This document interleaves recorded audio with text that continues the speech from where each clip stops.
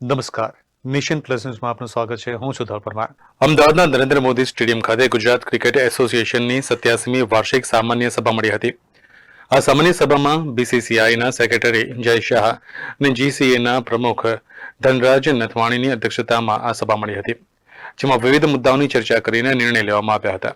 જિલ્લા કક્ષાના મેદાનો, કોચ અને જાળવણી માટેના મુદ્દાઓ અને વાર્ષિક ફંડમાં પણ વધારો કરવામાં આવ્યો હતો, જેમાં બીસીસીઆઈની મેચો માટે 90% રકમ જિલ્લા કક્ષાએ આપવાનો નિર્ણય કરવામાં આવ્યો છે, જે અત્યાર સુધી 70% મળતી હતી.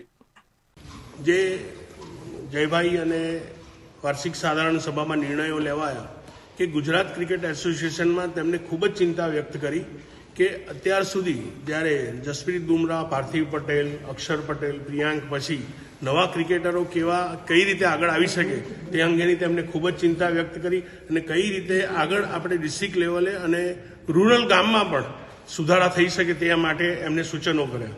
સૌથી અગત્યનો નિર્ણય જે 2011માં ભારતના પ્રધાનમંત્રી શ્રી નરેન્દ્રભાઈના નેતૃત્વમાં અને અમિતભાઈ શાહના નેતૃત્વમાં જે નિર્ણય લેવાયો હતો કે જે બીસીસીઆઈ જે ક્રિકેટરોને પેન્શન આપે છે પણ 25થી ઉપર રણજી ટ્રોફીવાળાને બીસીસીઆઈ પેન્શન આપે છે, તેથી તેની નીચે રણજી ટ્રોફી રમેલાને પેન્શન મળતું નહોતું. જે નરેન્દ્રભાઈ સાહેબ અને અમિતભાઈ સાહેબે નિર્ણય 2011માં ગુજરાત ક્રિકેટ એસોસિએશનમાં લીધો હતો, તેની રકમમાં પણ 25થી 30%નો વધારો જયભાઈએ અત્યારે કર્યો છે નવા ધારાધોરણ પ્રમાણે. અને સૌથી મોટી વાત કે બીસીસીઆઈએ વિમેન્સ ક્રિકેટ જ્યારથી ટેક ઓવર કર્યું એ પહેલાં જે પણ મહિલા ક્રિકેટરો રિટાયર્ડ થઈ હોય તેઓને પણ પેન્શનની યોજનામાં એ લોકોએ સમાવી લીધી છે. આ સિવાય પેન્શનરો માટે પણ જાહેરાત આ સામાન્ય સભામાં કરવામાં આવી હતી. નિવૃત્ત મહિલા ક્રિકેટરોને પણ આગામી દિવસોમાં પેન્શન મળશે તેવી જાહેરાત આ સામાન્ય સભામાં કરવામાં આવી હતી. તમામ સભાસદોએ આ નિર્ણયને આવકાર્યો હતો અને સર્વાનુમતે આ ઠરાવ મંજૂર કરવામાં આવ્યા હતા. આજે ગુજરાત ક્રિકેટ એસોસિએશનની સાધારણ સભા ભરાઈ હતી. અમે બધા ડિસ્ટ્રિક્ટ ક્રિકેટ એસોસિએશનના પ્રમુખ, સેક્રેટરી બધા હાજર રહ્યા હતા. આજે ખાસ મિટિંગમાં બીસીસીઆઈના સેક્રેટરી શ્રી જયભાઈ હાજર રહ્યા હતા. તેઓએ ડિસ્ટ્રિક્ટનું ક્રિકેટ કેમ ઉપર લાવવું તેના માટેના ઘણા બધા સૂચન કર્યા હતા અને તે બાબતે ચર્ચા થઈ.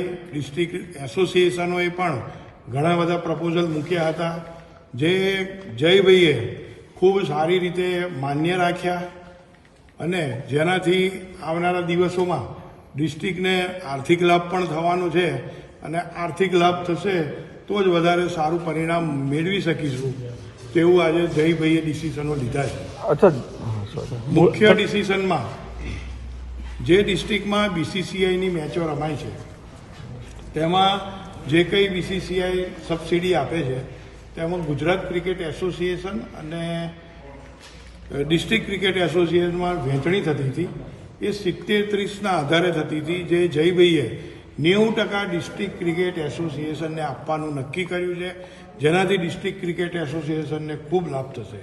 સાથે સાથે ઇન્ફ્રાસ્ટ્રક્ચરની જે સબસિડી મળતી હતી, દર વર્ષે ગ્રાઉન્ડ મેન્ટેનન્સની સબસિડી મળતી હતી, તેમાં પણ ખૂબ મોટો વધારો કર્યો છે. કારણ કે હાલમાં ખૂબ મોટા ખર્ચા વધી ગયા છે, તે ધ્યાને રાખી અને જયભાઈએ તેમાં પણ ખૂબ મોટો વધારો અમને કરી આપ્યો છે. સાથે સાથે જે કોચિસ છે કે દરેક ડિસ્ટ્રિક્ટમાં કોચિસ ને પગાર પણ ગુજરાત ક્રિકેટ એસોસિએશન આપે છે, તેમાં પણ કોચિસ માટે ખૂબ સારો વધારો જયભાઈએ કરી આપ્યો છે અને તેઓને પણ કોચિંગ ફી વધુ મળશે. સાથે સાથે જે ડિસ્ટ્રિક્ટની મેચો રમાય છે તેમાં પણ ખૂબ ફાયદો ડિસ્ટ્રિક્ટને થશે અને આજે કહું તો બધા જ ડિસ્ટ્રિક્ટ માટે ખૂબ સોનેરી દિવસ કહેવાય એવું મને લાગી રહ્યું છે. Bureau report, nation plus news, Ahmedabad. સમાચારોના સતત અપડેટ માટે નેશન પ્લસ ન્યૂઝના યુટ્યુબ ચેનલને સબસ્ક્રાઇબ કરો, બેલ આઇકન દબાવો અને ફોલો કરો ઇન્સ્ટાગ્રામ, ફેસબુક અને ટ્વિટર પર.